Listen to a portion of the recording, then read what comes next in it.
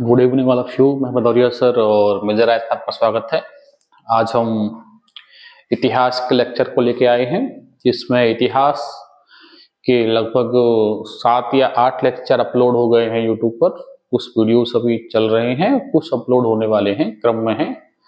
और उसी क्रम में आज हम बात करेंगे इतिहास के मगध साम्राज्य के बारे में। हमारी चर्चा हो गई थी और मगध साम्राज्य के समानांतर ही जो भारत में आक्रमण हुआ था, विदेशी आक्रमण, इसमें ईरानी आक्रमण है, डेरियस प्रथम की बात होगी, और उसके बाद यूनानी आक्रमण है। यूनानी आक्रमण में सिकंदर की बात होगी, है ना, अलेक्जेंडर की बात होगी या सिकंदर की बात होगी, जो पूरी दुनिया को जीतने के क्रम में चला था और भारत पर उसने आक्रमण किया।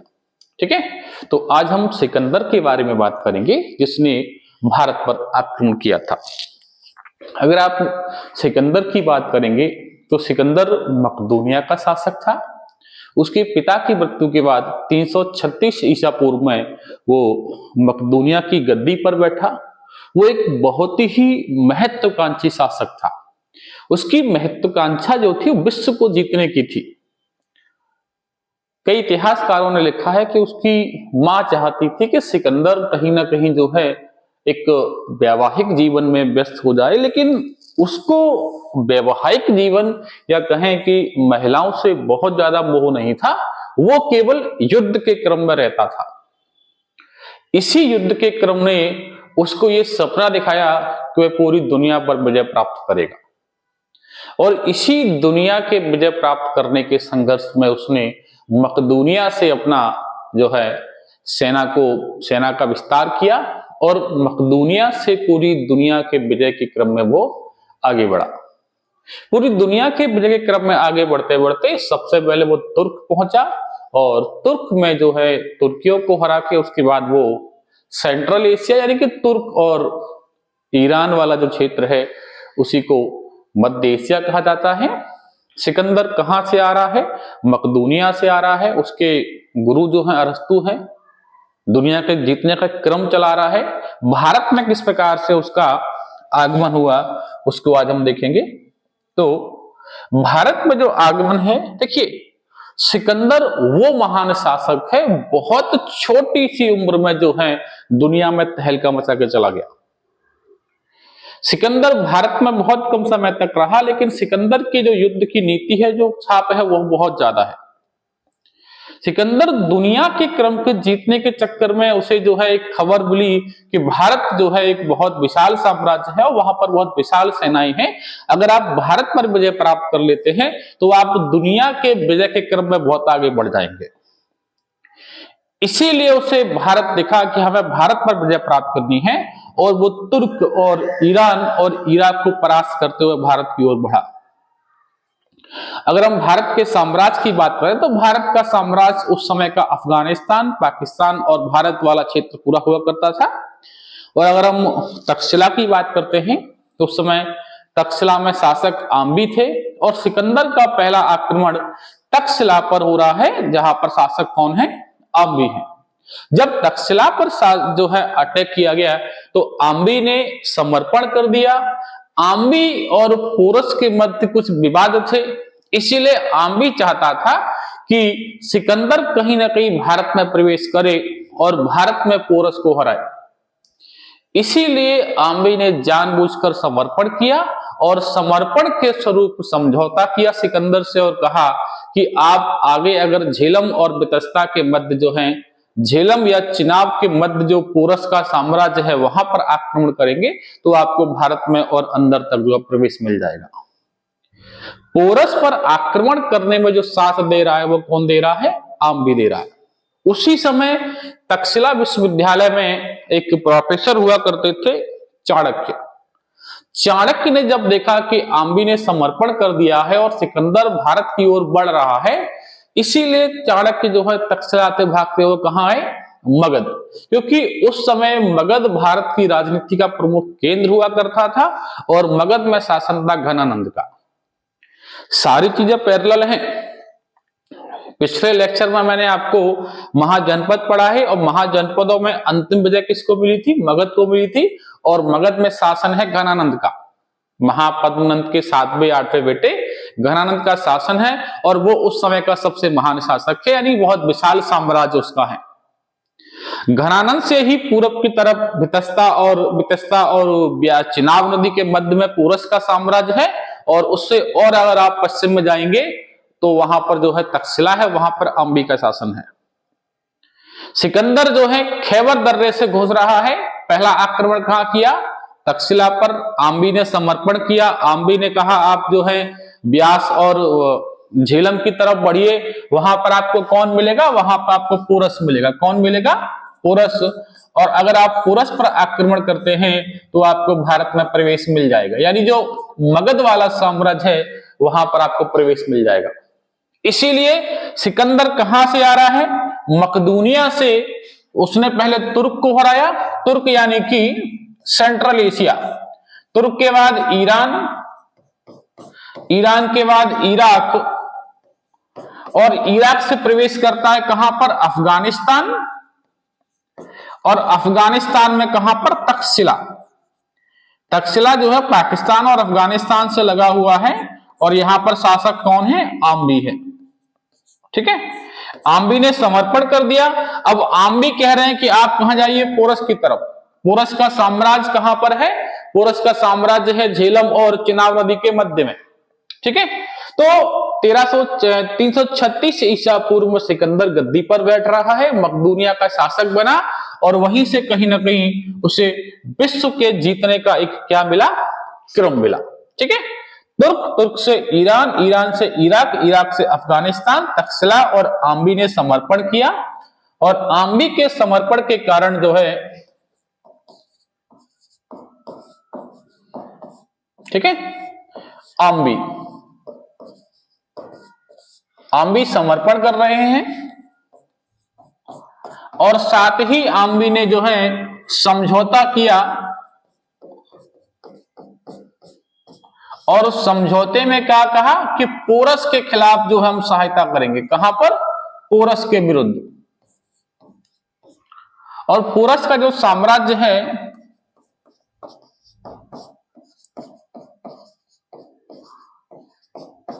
वो कहां पर है? झेलम व चिनाब नदी के मध्य। चिनाब नदी का मध्य भाग। ठीक है, अब जैसे ही सिकंदर जो है कहां से आ रहा है? तक्षशिला से। सिकंदर जब तक्षशिला से आगे बढ़ा, कहां से? तक्षशिला से। तक्षशिला से आगे बढ़ा, उसको क्या मिली? झेलम नदी। इधर जो है सिकंदर ने एक लेटर भिजवाया किसको? पोरस को। पोरस को लेटर भिजवाया और लेटर में कहा कि आप मेरी अधीनता स्वीकार करिए। पोरस ने कहा हम अधीनता स्वीकार नहीं करेंगे, हमको युद्ध पसंद है, अधीनता नहीं। जैसे ही पोरस ने अधीनता अस्वीकार कर दी, इधर से जो है झेलम नदी है, इस किनारे पर सिकंदर है और इस किनारे पर कौन है? पोरस है। मानसून के मौसम में नदी का स्तर बढ़ जाता है, जिसके कारण से सिकंदर नदी क्रॉस नहीं कर पाता। पोरस की सेना के बारे में ये जो है एक तथ्य सामने आता है कि पोरस की सेना में विशालकाय हाथी थे जो बहुत बड़ी बड़ी सेना को कुचल कर रख देते थे। सिकंदर इस बात को जानता है कि पोरस के पास विशाल सेना है और सिकंदर की खासियत यह है कि उसके पास जो है घोड़े वाली सेना। एक युद्ध के लिए घोड़े की सेना होना बहुत आवश्यक होती है, क्योंकि घोड़े बहुत आसानी से मूव कर जाते हैं। कम से कम जगह में बैक हो सकता है, मूव कर सकता है, लौट सकता है, भाग सकता है। हाथी को भागने के लिए बहुत स्पेस चाहिए, मुड़ने के लिए बहुत स्पेस चाहिए।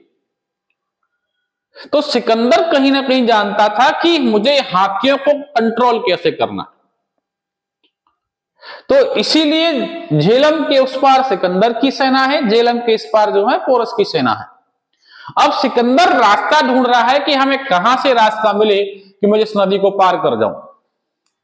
इसीलिए सिकंदर जो है वो इंतजार करता है, और इंतजार के क्रम में वो ये देखता है कि कहां से हमें जो है रास्ता सकरा मिले कि वहां से हम क्रॉस कर जाए।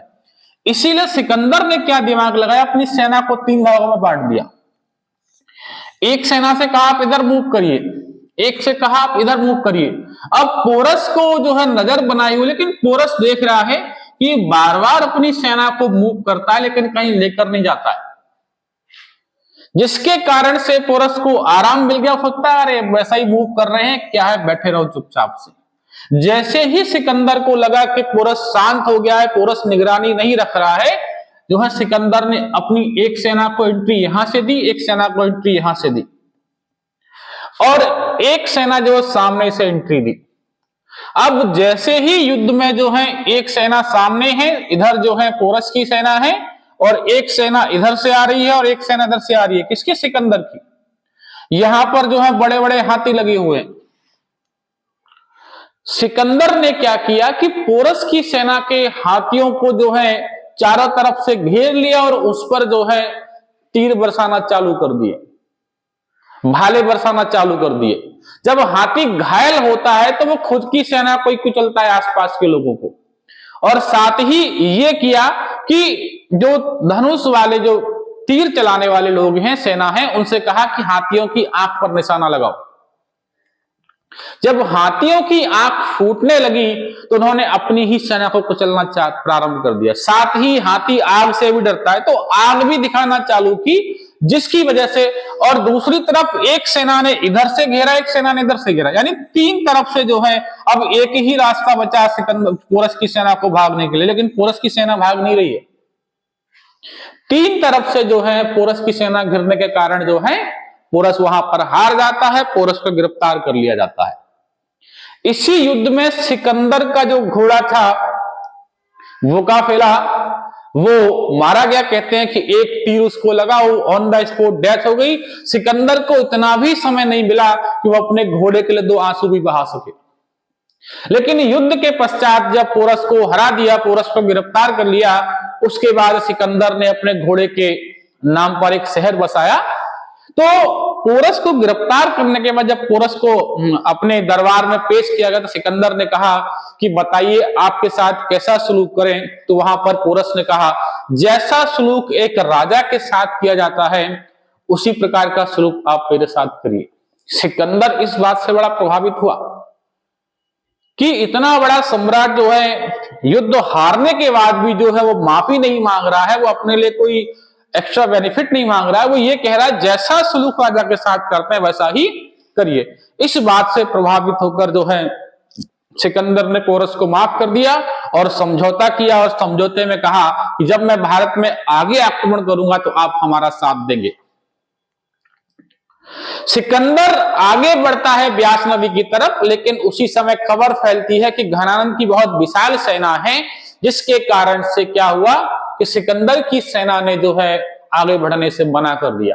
हालांकि सिकंदर ने बहुत प्रयास किया अपनी सेना को मोटिवेट करने का, लेकिन सिकंदर की सेना मोटिवेट नहीं हुई। और दूसरा कारण यह है कि ऐसा कहा जाता है कि सिकंदर किसी बौद्ध भिक्षु से मिले थे, जिनसे प्रभावित होकर सिकंदर वहां से वापस चले गए। यानी एक 30 साल का व्यक्ति जो है, 30 साल के टोटल उम्र 30, कुल उम्र 30 साल है, और 30 साल की कुल उम्र में सिकंदर महान बन गया। दुनिया को जीतने के क्रम में भारत में कुछ राज्यों को जीतता है और वहां से वापस जा रहा है। कहीं ना कहीं वापस जाने के क्रम में ऐसा माना जाता है कि बौद्ध भिक्षुओं ने उसको कुछ शिक्षाएं दी, जिसके कारण वो प्रेरित हुआ और वापस चला गया। लेकिन वापस जाने के क्रम में जो है सिकंदर दो नगर बसा के जा रहा है, निकैया और बुकाफेला। वापस जब जा रहा है तो 323 जो है ईसा पूर्व में बेबीलोन में इसकी मृत्यु हो जाती है। सिकंदर का शासनकाल बहुत कम रहा, लेकिन दुनिया को जीतने वाला सिकंदर जो है महान कहलाया। कहते हैं कि सिकंदर पर वो उन बौद्ध भिक्षु का छाप इतना पड़ा कि जब वो सिकंदर बीमार पड़ गया, उसने बहुत सारे वैद्यों को बुलवाया, बहुत सारा पैसा खर्च किया। जब उसको लगा कि वो बचने वाला नहीं है, तो कहते हैं कि सिकंदर ने कहा कि जब मैं मरूं तो मेरे हाथों को मेरे ताबूत से बाहर निकाल दिया जाए। यानी सिकंदर ये संदेश देना चाह रहा है, जिस सिकंदर ने पूरी दुनिया को जीतने का प्रयास किया और दुनिया को जीता भी, वो सिकंदर जब मर रहा है तो खाली हाथ जा रहा है। यानी इसका मतलब ये है कि हम बेकार ही दुनिया में जो है युद्ध और दुनिया को जीतने में लगे हुए हैं। हम जब भी इस दुनिया से जाएंगे तो खाली हाथ ही जाएंगे। इसलिए जो है उसके हाथों को बाहर निकाला गया, साथ में वैद्यों को रखा गया, पैसा रखा गया, जिसमें सिकंदर ने बताया कि पैसा भी काम नहीं आएगा, दवाई भी काम नहीं आएगी, जब आपकी मृत्यु आएगी आप खाली हाथ आए थे और खाली हाथ ही जाएंगे। इसलिए इतिहासकारों ने लिखा है कि सिकंदर भारत में आंधी की तरह आया और तूफान की तरह चला गया। मात्र 19 महीने भारत रहा है। 19 महीने के क्रम में जो है सिकंदर ने भारत के कुछ राज्यों को जीता है, वापस जा रहा है। यहां पर जो एमपीपीएससी में क्वेश्चंस बनते हैं, एक तो सिकंदर किसके समकालीन था, तो घनानंद के समकालीन है, चंद्रगुप्त मौर्य के नहीं, घनानंद के समकालीन है। सिकंदर का युद्ध किससे हो रहा है, पोरस से हो रहा है, झेलम या हाइड्रोस्पीड या बितस्ता, तीन नाम आपको मिलेंगे, झेलम, हाइड्रोस्पीड या बितस्ता। इसके अलावा तक्षशिला में शासन किसका है, तो पोरस का है, ठीक है, वहां से एक क्वेश्चन बन जाता है। इसके अलावा सिकंदर कहां से था, मकदूनिया का शासक था, कब गद्दी पर बैठा, 336 ईसा पूर्व में, कब तक रहा, 323 में, मृत्यु कब हुई, 323 में बेबीलोन में, कहां हो रही है, 323 बेबीलोन।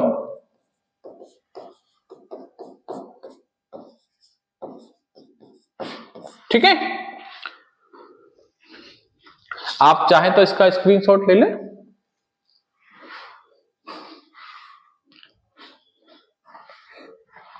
इसके अलावा क्या है, ये तो उसका क्रम है।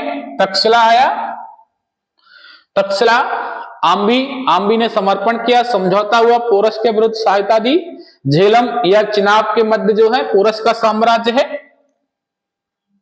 इसके बाद युद्ध हो रहा है झेलम नदी पर, एक तरफ पोरस एक तरफ सिकंदर, युद्ध हुआ। युद्ध के परिणाम स्वरूप क्या किया गया, एक तो निकैया और बुकाफेला शहर बसाए। ठीक है, इसके अलावा सिकंदर भारत 19 महीने रहा। कितने महीने रहा, 19 महीने रहा। ठीक है, सिकंदर भारत 19 महीने रहा और 323 में जब वो लौट के जा रहा था तो बेबीलोन में उसकी मृत्यु हो गई। ठीक है, इस बात को भी हमको याद रखना है कि सिकंदर की मृत्यु कहां हुई थी, तो बेबीलोन में मृत्यु हो गई थी। बाद में सिकंदर अपने साम्राज्य को जो है बांटकर चला गया था और साम्राज्य का उत्तराधिकारी हुआ फिलिप। कौन हुआ, फिलिप। बाद में जब वो चंद्रगुप्त मौर्य गद्दी पर बैठा तो उसने कुछ साम्राज्य, कुछ क्षेत्र को छीन लिया था उसी क्षेत्र को प्राप्त करने के लिए बाद में कौन आया था, सेल्यूकस निकेटर आया था 305 ईसा पूर्व में, है ना। तो ये पूरा है सिकंदर का इतिहास क्रम। एक तरफ घनानंद, एक तरफ सिकंदर। सिकंदर वापस चला गया। इधर तक्षशिला वाला जो क्रम हुआ था, उस क्रम में क्या हुआ कि चंद्रगुप्त मौर्य को कौन लेकर आ रहा है, चाणक्य लेकर आ रहे हैं और चाणक्य ने उसको शिक्षा दी, उसको युद्ध कला सिखाई। पहला आक्रमण पंजाब में किया, पंजाब में चंद्रगुप्त मौर्य हार गया, लेकिन दूसरे आक्रमण में चंद्रगुप्त मौर्य ने घनानंद को परास्त कर दिया और परास्त करने के पश्चात मगध साम्राज्य की गद्दी पर बैठ गया और मौर्य साम्राज्य की स्थापना की। आज हम बात करेंगे तो फिर इसके बाद मौर्य साम्राज्य के बारे में कि मौर्य साम्राज्य की स्थापना कब हुई और किस प्रकार से हुई। तो मगध महाजनपद में घनानंद जो है बहुत ही क्रूर शासक था, हालांकि साम्राज्य बहुत बड़ा था, इस कारण से उसको घमंड भी था, क्रूर भी था और दिन भर जो है सुरा और शराब में डूबा रहता था, सुंदरियों और शराब में। जब चाणक्य को लगा था कि भारत खतरे में है तो वो तक्षशिला से भागता हुआ मगध आया और मगध के दरबार में पहुंचा तो उसने देखा कि घनानंद शराब में डूबे हुए हैं और नर्तकाओं के बीच में जो उनका नृत्य देख रहे हैं। जिसके बाद जो है चाणक्य ने कहा कि आप एक सम्राट हैं, आप एक राजा हैं, आपको शोभा नहीं देता है कि दुश्मन आपके दरवाजे पर खड़ा है और आप जो है शराब में डूबे हुए हैं। नशे में आकर घनानंद ने अपमान कर दिया, उनकी जो चोटी जो नक्शिका है वो छूट गई, इसके कारण उन्होंने प्रण लिया कि मैं आपको बर्बाद करके छोड़ूंगा, है ना। उसके बाद जो है उन्होंने चंद्रगुप्त को लिया और उसके बाद हमला हुआ, घनानंद मारे गए और मौर्य साम्राज्य की स्थापना हुई। मौर्य साम्राज्य के बारे में जो वर्णन है वो हमें कहां से मिलता है? एक तो कौटिल्य के अर्थशास्त्र से मिलता है, यह राजनीति का क्षेत्र है, राजनीति का शास्त्र है। किसका है? राजनीति का, ठीक है, राजनीति शास्त्र है, नाम भले ही अर्थशास्त्र लेकिन राजनीति का है। ये मेगास्थनीज है जिसको सेल्यूकस निकेटर ने चंद्रगुप्त के दरबार में भेजा था राजदूत के तौर पर। इसके अलावा अशोक के द्वारा जारी किए गए अभिलेख, शिलालेख और अभिलेखों से हमें मौर्य साम्राज्य के बारे में जानकारी मिलती है, ठीक है। इसके अलावा और क्या है? अन्य साहित्यिक स्रोतों में भी जो है मौर्य की जानकारी मिलती है। कौन सा है? बौद्ध धर्म ग्रंथ, जिसमें तीनों धर्म ग्रंथ हैं। इसके अलावा महावंश, मिलिंद पन्हो में आपको मिनांडर और नागसेन के बारे में वर्णन मिलता है। इसके अलावा महाभाष्य और चंद्रगुप्त के जीवन का विवरण जो है देते हैं। कौन कौन से? बौद्ध धर्म ग्रंथ, महावंश, मिलिंद पन्हो और महाभाष्य जो है चंद्रगुप्त के जीवन का विवरण हमें देते हैं। इसके अलावा विशाख दत्त का मुद्रा राक्षस, जिसमें चंद्रगुप्त के द्वारा चली गई जो चालें हैं शत्रुओं के खिलाफ, उनके बारे में बताया गया है। विशाख दत्त एक लेखक हुए, उन्होंने बताया है किस प्रकार से चाणक्य ने चालें चली चंद्रगुप्त के शत्रुओं के खिलाफ। चाणक्य की नीति, जिसमें बहुत सारे जो है नियम बताए गए हैं कि अपने शत्रुओं पर कैसे विजय प्राप्त करनी है, जो शत्रु कमजोर है उसे कैसे उसके राज्य को हड़पना है, और जो शत्रु मजबूत है कैसे उससे दोस्ती करके उससे पहले कमजोर करना है और उस पर हमला करना है। सारी जानकारियां जो है आपको चाणक्य के अर्थशास्त्र में मिलेंगी और साथ ही विशाख दत्त के मुद्रा राक्षस में, जिसमें बताया गया है कि चंद्रगुप्त के शत्रुओं के विरुद्ध चाणक्य ने किस प्रकार की नीतियों का पालन किया था, ठीक है। इसके बाद अगला है, ये सभी ग्रंथ मौर्य के जीवन और प्रशासन के विस्तार के बारे में मदद करते हैं, ठीक है। तो क्या क्या है एक बार देख लेते हैं। कौटिल्य का अर्थशास्त्र, मेगास्थनीज की इंडिका, इसके अलावा है ना अशोक के शिलालेख, साहित्यिक स्रोत, अन्य साहित्यिक स्रोत, इसके अलावा बौद्ध धर्म ग्रंथ की त्रिमूर्तियां, महावंश, मिलिंद पन्हो, महाभाष्य और उसके बाद विशाख दत्त द्वारा जो है मुद्रा राक्षस, इन सभी से हमें मौर्य साम्राज्य के बारे में विवरण मिलता है, ठीक है। इसके बाद अगला है हमारा मौर्य साम्राज्य, ठीक है, ठीक है। मौर्य साम्राज्य के बारे में आप बात करेंगे तो सबसे पहले तो संस्थापक की बात आती है। संस्थापक कौन है? चंद्रगुप्त मौर्य हैं। 324 या 321 में स्थापना हो रही है ईसा पूर्व में, और 297 ईसा पूर्व तक ये रहे थे। इसके बाद कर्नाटक के श्रवणबेलगोला में जैन धर्म के अकॉर्डिंग जो है प्राण संथारा पद्धति पर प्राण त्याग दिए थे। उसके बाद बिंदुसार आए, इनको अमित्रघाट कहा गया है। बिंदुसार के बाद अशोक, अशोक के बाद कुणाल, उसके बाद दशरथ और अंतिम कौन है? बृहद्रथ, जिसकी हत्या पुष्यमित्र शुंग ने जो है वो कर दी थी। यानी 137 वर्ष शासन रहा, लेकिन फिर भी कहीं ना कहीं पहला सम्राट चंद्रगुप्त मौर्य को माना जाता है। शासन का समय बहुत कम है, लेकिन फिर भी चंद्रगुप्त मौर्य और अशोक जैसे दो महान शासक पैदा हुए जिन्होंने मौर्य वंश को स्वर्णिम इतिहास में ला दिया। अब उसके पीछे कारण अलग है कि क्यों इतना कम शासन रहा। अशोक की बाद में नीतियां ऐसी रही, इसके कारण से मौर्य साम्राज्य का पतन हो गया। अगर कभी आप एमपीपीएससी मेंस या किसी भी स्टेट का मेंस लिखेंगे तो वहां कई बार क्वेश्चन बनता है कि क्या कारण रहा कि मौर्य साम्राज्य का शासन काल मात्र 137 वर्ष रह गया। तो उसमें जब आप अशोक को पढ़ेंगे तो वहां पर आप देखेंगे कि अशोक की अहिंसा की नीतियां ऐसी रही जिसके कारण से मौर्य साम्राज्य का पतन होना चालू हो गया।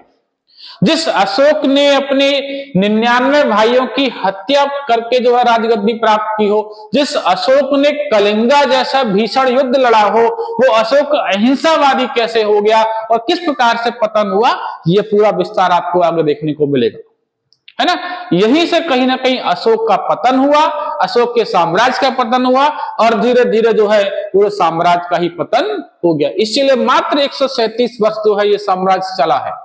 तो 324 या 321 में स्थापना हो रही है। उसके बाद बिंदुसार है, बिंदुसार के बाद अशोक है, कुणाल है, दशरथ और बृहद्रथ है। ठीक है, तो ये तो है जो है मौर्य साम्राज्य का जो है ओवरव्यू। ठीक है, तो सबसे पहले है चंद्रगुप्त मौर्य। मौर्य वंश की स्थापना चंद्रगुप्त मौर्य ने कौटिल्य की सहायता से की है। किसकी सहायता से की है? कौटिल्य की सहायता से। कौटिल्य कह ले, चाणक्य या विष्णुगुप्त, तीन नाम है, चाहे कौटिल्य, चाहे विष्णुगुप्त या फिर चाणक्य। ठीक है, तो चंद्रगुप्त मौर्य ने चाणक्य या कौटिल्य की सहायता से मौर्य वंश की स्थापना की है। इनकी राजधानी कहां थी? पाटलिपुत्र से। पाटलिपुत्र के बारे में 3 क्वेश्चन बनते हैं। पाटलिपुत्र उससे पहले राजगृह या गिरिव्रज या फिर जो है बाद में क्या बन गया? वो पटना बन गया। ठीक है, तो राजधानी कहां पर है? पाटलिपुत्र है। चंद्रगुप्त मौर्य के शासन में भारत एक शक्तिशाली राष्ट्र बन गया, क्योंकि घनानंद का साम्राज्य बहुत विस्तारवादी है, बहुत विस्तारित राज्य है। जैसे ही चंद्रगुप्त मौर्य जो है मौर्य गद्दी पर बैठता है तो वही पूरा साम्राज्य किसको मिल गया? चंद्रगुप्त मौर्य को मिल गया। साथ में उनके महामंत्री इतने महान व्यक्ति हैं, उनकी नीतियां इतनी सुदृढ़ हैं कि कहीं ना कहीं चंद्रगुप्त मौर्य को हर जगह क्या मिल रहा है? लाभ ही लाभ मिल रहा है। इसीलिए चंद्रगुप्त मौर्य का साम्राज्य जो है पश्चिम में गुजरात और तक्षशिला तक फैला हुआ है, उत्तर में हिंदकुश पर्वत तक फैला हुआ है, पूर्व में बंगाल तक फैला हुआ है और दक्षिण में श्रवणबेलगोला तक फैला हुआ है। जब आप साम्राज्य की बात करेंगे तो मैं अभी आगे बात करूंगा कि किस प्रकार से जो है मौर्य साम्राज्य का विस्तार है। इसीलिए चंद्रगुप्त मौर्य भारत के पहले सम्राट हैं। जब बंगाल में अकाल पड़ा तो सहगौरा अभिलेख में मिलता है कि बंगाल में अकाल पड़ने पर चंद्रगुप्त मौर्य ने वहां पर सहायता की। इसका मतलब यह है कि चंद्रगुप्त मौर्य का साम्राज्य बंगाल तक रहा होगा। उत्तर में हिंदकुश पर्वत तक साम्राज्य है ही। जस्टिन कहता है कि चंद्रगुप्त की 6 लाख की सेना ने पूरा उत्तर भारत को रौंद दिया। यानी कि यहां तक वो कह रहा है कि चंद्रगुप्त की जो है 6 लाख की डाकुओं की जो सेना है वो हिंदकुश पर्वत की नदियों का पानी पी रही है। इससे स्पष्ट हो जाता है कि कहीं ना कहीं चंद्रगुप्त मौर्य का साम्राज्य कहां तक है? उत्तर भारत में हिंदकुश पर्वत तक है। बंगाल का सहगौरा अभिलेख जो है गोरखपुर के पास का बता ही रहा है कि बंगाल में भीषण अकाल पड़ा, चंद्रगुप्त मौर्य ने सहायता की। पश्चिम में चले जाइए आप, तक्षशिला तक का शासन तो आपको देखने को मिल ही रहा है। अफगानिस्तान वाला क्षेत्र नहीं मिल रहा है तो और आगे आपको 305 ईसा पूर्व मिलेगा। सेल्यूकस निकेटर, काबुल, कंधार, हेरात, मकरान साम्राज्य थे। तो कहीं ना कहीं स्पष्ट हो जाता है कि पश्चिम में काबुल, कंधार, मकरान और हेरात तक साम्राज्य है, जो उसको दहेज जो है उसको विजयोपलक्ष्य में मिले। गुजरात की बात कर लेते हैं। गुजरात में जूनागढ़ अभिलेख रुद्रदामन का जो स्पष्ट कह रहा है कि मैं जिस सुदर्शन झील का पुनः निर्माण करने जा रहा हूं वह झील किसी काल में किसने बनवाई? चंद्रगुप्त मौर्य ने बनवाई है। यानी कि स्पष्ट है गुजरात में जूनागढ़ तक जो है साम्राज्य है। और दक्षिण का साम्राज्य तो अपने आप में कह रहा है कि चंद्रगुप्त मौर्य ने अपना अंतिम जीवन जो है कर्नाटक के श्रवणबेलगोला में जीता। यानी स्पष्ट हो जाता है कि चंद्रगुप्त मौर्य का साम्राज्य हिंदकुश पर्वत से श्रवणबेलगोला तक और बंगाल से लेकर जो है पश्चिम में गुजरात और जो है काबुल, कंधार, हेरात तक फैला हुआ है। इतना बड़ा साम्राज्य है। इसीलिए भारत का पहला जो है सम्राट कौन है? चंद्रगुप्त मौर्य है। ठीक है, तो वही चीज आपको यहां देखने को मिलेगी। जस्टिन कह रहा है, एक यूनानी लेखक है, कि चंद्रगुप्त मौर्य की सेना ने 6 लाख की सेना ने पूरे भारत को रौंद डाला या पूरे भारत पर कब्जा कर लिया। इसीलिए चंद्रगुप्त मौर्य जो है पहले सम्राट हैं भारत के। ठीक है, 305 ईसा पूर्व में उत्तर पश्चिम में सेल्यूकस निकेटर, मैंने आपको बताया था कि सिकंदर के जाने के बाद फिलिप को साम्राज्य मिला और उस समय सिकंदर ने बहुत सारे प्रांत जीत लिए थे, जिसके कारण सेल्यूकस वापस से उन प्रांतों को चाहता था। इसीलिए सेल्यूकस ने 305 ईसा पूर्व में एक आक्रमण किया चंद्रगुप्त मौर्य पर चंद्रगुप्त मौर्य ने उस आक्रमण में सेल्यूकस को हरा दिया। इसके बाद सेल्यूकस ने जो है आत्मसमर्पण कर दिया और उसके पश्चात अपनी बेटी कार्नेलिया या हेलेना का विवाह किससे कर दिया? चंद्रगुप्त से कर दिया। ठीक है, तो 305 ईसा पूर्व उत्तर पश्चिम भारत में सेल्यूकस के साथ जो है युद्ध हो रहा है। सेल्यूकस हारता है। इस युद्ध में जो है चंद्रगुप्त विजयी हो रहा है। किसको हराने के बाद? सेल्यूकस को हराने के बाद। इसके बाद दोनों के बीच शांति हुई। 500 हाथी जो है सेल्यूकस ने जो है किसको दिए? ठीक है, 500 हाथी चंद्रगुप्त मौर्य सेल्यूकस को दे रहा है और सेल्यूकस ने पूर्वी अफगानिस्तान, बलूचिस्तान और जिसमें सिंध वाला क्षेत्र है, काबुल, कंधार, हेरात और मकरान किसको दे दिए? चंद्रगुप्त मौर्य को दे दिए। काबुल, कंधार, हेरात और मकरान। साथ में ही अपनी बेटी का विवाह भी किसके साथ कर दिया? हेलेना, है ना। हेलेना का विवाह चंद्रगुप्त मौर्य से कर दिया। साथ ही अपने दरबारी राजदूत मेगास्थनीज को भेजा, जिसने इंडिका पुस्तक लिखी है और इसी पुस्तक में मौर्य साम्राज्य के प्रशासन के बारे में वर्णन आपको देखने को मिलेगा। यानी कि चंद्रगुप्त साम्राज्य का विस्तार पहले से ही बहुत था। उसके बाद सेल्यूकस जो है युद्ध करता है 305 ईसा पूर्व में और इस युद्ध में चंद्रगुप्त मौर्य जीत जाता है और काबुल, कंधार, हेरात और मकरान भी जो है मौर्य साम्राज्य में और ऐड हो जाते हैं। ठीक है, इसके बाद हेलेना से विवाह हुआ। उसके अलावा जो है मेगास्थनीज नामक राजदूत जो है कहां पर मिल रहा है? चंद्रगुप्त मौर्य के साम्राज्य में आ जाता है और पुस्तक लिखता है इंडिका, जिसमें मौर्य साम्राज्य के प्रशासन के बारे में वर्णन आपको देखने को मिलेगा। ठीक है, तो आज हम इतना ही रखेंगे। कल हम चंद्रगुप्त के बारे में और पढ़ेंगे, उसके बाद उसका साम्राज्य पढ़ेंगे, उसके बाद हम बिंदुसार के बारे में पढ़ेंगे। आपको हमारा वीडियो कैसा लगा हमें कमेंट जरूर करें और साथ ही हमारे चैनल को सब्सक्राइब करें और लाइक करें। Thank you.